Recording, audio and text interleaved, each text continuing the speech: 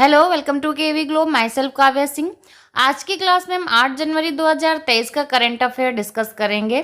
आज की क्लास के इनसाइड टॉपिक हैं इंडिया एनर्जी वीक 2023, फरवरी 2023 में काला घोड़ा कला महोत्सव, इसरो के लिए स्पेस फ्लाइट प्रशिक्षण मॉड्यूल, एशिया का सबसे बड़ा हेलीकॉप्टर कारखाना, दूसरे एससीओ यंग साइंटिस्ट कॉन्क्लेव का आयोजन, भारत की G20 अध्यक्षता के तहत पहली पर्यटन कार्य समूह की बैठक, हैवी ड्यूटी ट्रकों के लिए भारत की पहली हाइड्रोजन संचालित तकनीक। इन सारे टॉपिक से रिलेटेड जो भी इंपॉर्टेंट क्वेश्चंस बनते हैं एग्जाम के लिए वो सारे कवर किए गए हैं, इसलिए ध्यान से आप लोग देखिए। क्लास स्टार्ट करने से पहले आपके लिए एक क्वेश्चन है, गिद्दा किस राज्य का लोकप्रिय नृत्य है? तो ये जो गिद्दा है ये किस राज्य का नृत्य है लोकप्रिय? सही आंसर आप लोग कमेंट बॉक्स में कमेंट करके बताइए। क्लास के एंड में इस क्वेश्चन को डिस्कस करेंगे। और जो मॉडर्न हिस्ट्री की भारतीय राष्ट्रीय आंदोलन की सीरीज है उनमें से मैं डेली आपको बताती हूँ कि वो हमारे चैनल पर कंटिन्यू है। इनसे रिलेटेड जो भी वीडियोस एंड इनसे रिलेटेड MCQs हैं अपलोड हो चुके हैं, तो वो जाके आप देख लीजिए। वो एग्जाम्स के लिए आपके लिए मोस्ट इंपॉर्टेंट है अगर आप मॉडर्न हिस्ट्री प्रिपेयर कर रहे हैं। लिंक नीचे डिस्क्रिप्शन में दिया हुआ है, वहाँ से आप देख सकते हैं। स्टार्ट करते हैं आज की क्लास। पहला क्वेश्चन है, भारत की G20 अध्यक्षता के तहत पहली पर्यटन कार्य समूह की बैठक कहाँ आयोजित की जाएगी? तो इसका सही आंसर है ऑप्शन है कच्छ। पर्यटन कार्य समूह की बैठक ये पहली बैठक होगी। इस बार G20 की अध्यक्षता भारत कर रहा है, तो इसके तहत ये आयोजन किया जाएगा पर्यटन कार्य समूह की बैठक का। गुजरात के कच्छ के धोर्डो में शुरू होगी ये बैठक। केंद्रीय पर्यटन मंत्री हैं जी किशन रेड्डी, केंद्रीय मत्स्य मंत्री हैं पुरुषोत्तम रूपाला और मुख्यमंत्री भूपेंद्र पटेल ये बैठक का आधिकारिक उद्घाटन करेंगे। इस बैठक में G20 देशों, आमंत्रित देशों और अंतर्राष्ट्रीय संगठनों के प्रतिनिधियों सहित लगभग 100 प्रतिनिधि भाग लेंगे।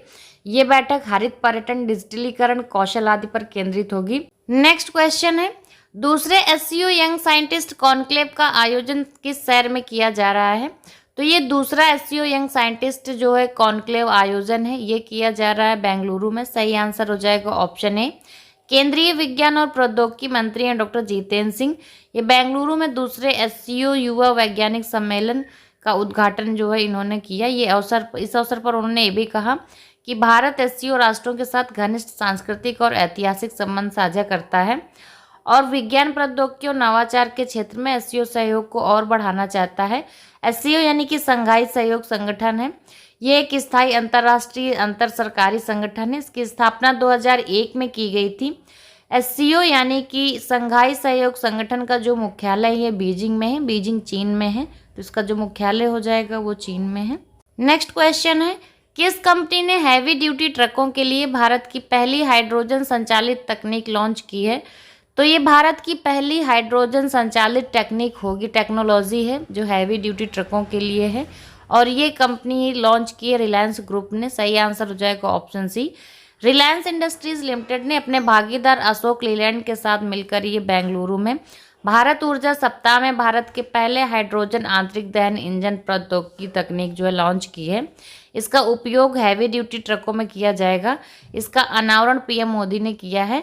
हैवी ड्यूटी ट्रकों के कमर्शियल लॉन्च से पहले रिलायंस अपने कैप्टिव फ्लीट में बड़े पैमाने पर S2ICE टेक्निक की टेस्टिंग करेगा। ग्रीन हाइड्रोजन नवीकरणीय ऊर्जा या लो कार्बन इमिशन से उत्पन्न हाइड्रोजन है। यह ईंधन का सबसे स्वच्छ रूप है।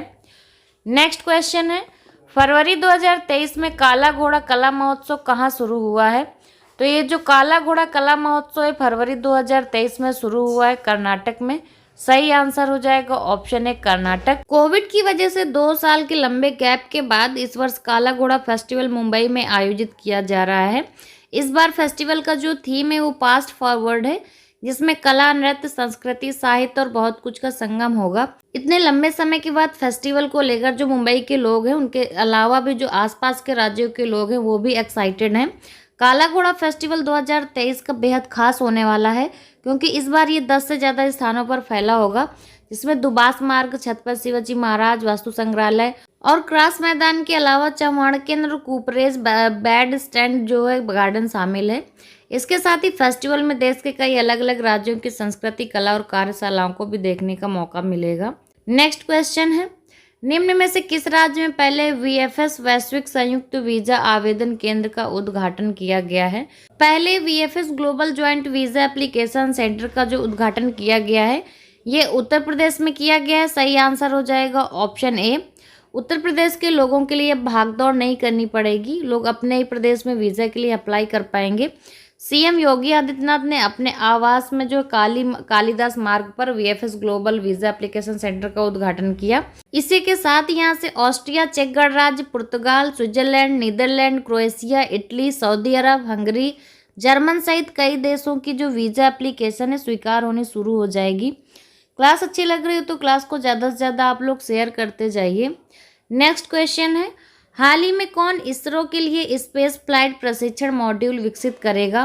तो ये जो स्पेस फ्लाइट प्रशिक्षण मॉड्यूल विकसित किया जाएगा इसरो के लिए किया जाएगा। पूछ रहा है कौन विकसित करेगा, तो ये है आईआईटी मद्रास। सही आंसर हो जाएगा ऑप्शन डी। भारतीय प्रौद्योगिकी संस्थान मद्रास यानी कि आईआईटी मद्रास भारतीय अंतरिक्ष अनुसंधान संगठन यानी कि इसरो के लिए संवर्धित आभासी और मिश्रित वास्तविकता का उपयोग करके यानी कि AR VR MR का उपयोग करके भारतीय अंतरिक्ष उड़ान कार्यक्रम के लिए प्रशिक्षण मॉड्यूल विकसित करेगा। इस संबंध में हाल ही दोनों जो संस्थान हैं इनके बीच एक समझौता ज्ञापन पर हस्ताक्षर भी किया गया है, जिसके तहत इसरो विस्तारित क्षेत्र में अनुसंधान और विकास को बढ़ावा देने के लिए IITM यानी कि IIT मद्रास में नव स्थापित ये एक्सपेरिमेंटल टेक्नोलॉजी इनोवेशन सेंटर में बनाई गई उन्नत जो टेक्निक्स हैं तकनीकों का उपयोग करेगा। नेक्स्ट क्वेश्चन है, प्रधानमंत्री मोदी ने हाल ही में इंडिया एनर्जी वीक 2023 का शुभारंभ किस शहर में किया है? जो इंडिया एनर्जी वीक 2023 का शुभारंभ है ये पीएम मोदी द्वारा किया गया है। किस शहर में किया गया है पूछ रहा है। सही आंसर हो जाएगा option D Bengaluru. PM Modi ने कर्नाटक के बेंगलुरु में भारत ऊर्जा सप्ताह 2023 का उद्घाटन किया। इस मौके पर उन्होंने संबोधन भी किया। उन्होंने कहा कि बेंगलुरु टेक्नोलॉजी, टैलेंट और इनोवेशन की एनर्जी से भरा एक शहर है। मेरी तरह आप भी यहाँ की युवा ऊर्जा का अनुभव कर रहे होंगे। भारत की G20 प्रेसिडेंसी कैलेंडर का पहला बड़ा एनर्जी इवेंट है, चूँकि G20 की अध्यक्षता भारत कर रहा है इस बार। IMF द्वारा जो हाल ही में किए गए विकास रिसर्च से पता चलता है कि भारत दुनिया में सबसे तेजी से बढ़ती प्रमुख अर्थव्यवस्था बना रहेगा। महामारी और जो युद्ध हुआ है रूस और यूक्रेन का, इसके प्रभाव के बावजूद 2022 में भारत एक ग्लोबल ब्राइट स्पॉट रहा है।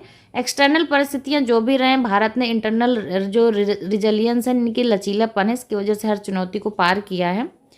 नेक्स्ट क्वेश्चन है, हाल ही में किस राज्य में एशिया का सबसे बड़ा हेलीकॉप्टर कारखाना खोला गया है?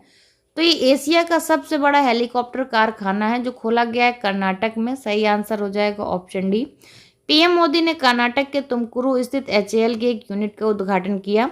ये एशिया की सबसे बड़ी हेलीकॉप्टर उत्पादन इकाई है। इस फैक्ट्री से 20 साल में 3 से 4 टन वाले 1000 से ज़्यादा हेलीकॉप्टर्स के निर्माण का लक्ष्य रखा गया है। आने वाले समय में यहाँ पर लाइट कॉम्बैट हेलीकॉप्टर्स और इंडियन मल्टी रोल हेलीकॉप्टर्स का निर्माण होगा।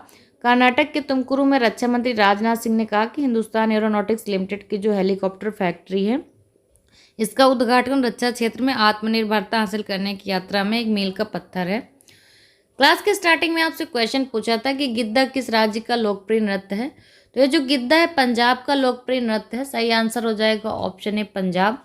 कल की क्लास के स्टार्टिंग में आपसे क्वेश्चन पूछा था कि आंसुओं में कौन सा पदार्थ घुला रहता है? इसका सही आंसर था ऑप्शन ए सामान्य नमक। आंसुओं में नमक घुला रहता है। इस क्वेश्चन का सही आंसर दिया है विकास शर्मा जी ने। कल की क्लास के एंड में आपसे क्वेश्चन पूछा था कि हाल ही में यायोत्सव को किस राज्य का पहला जैव विविधता स्थल बनाया जाएगा?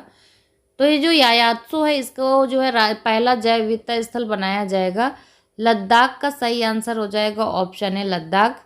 और इस क्वेश्चन का जिन लोगों ने सही आंसर दिया है उनके नाम है अभिषेक पासवान, बिरजू कुमार, मोहित कुमार। इन तीनों लोगों ने इस क्वेश्चन का एकदम सही आंसर दिया है। आज का क्वेश्चन है आपके लिए, कौन सा शहर वैश्विक ऊर्जा बैठक की मेजबानी करेगा? सही आंसर इसमें आप लोगों को बताना है। तो वैश्विक ऊर्जा बैठक की मेजबानी कौन सा शहर कर रहा है?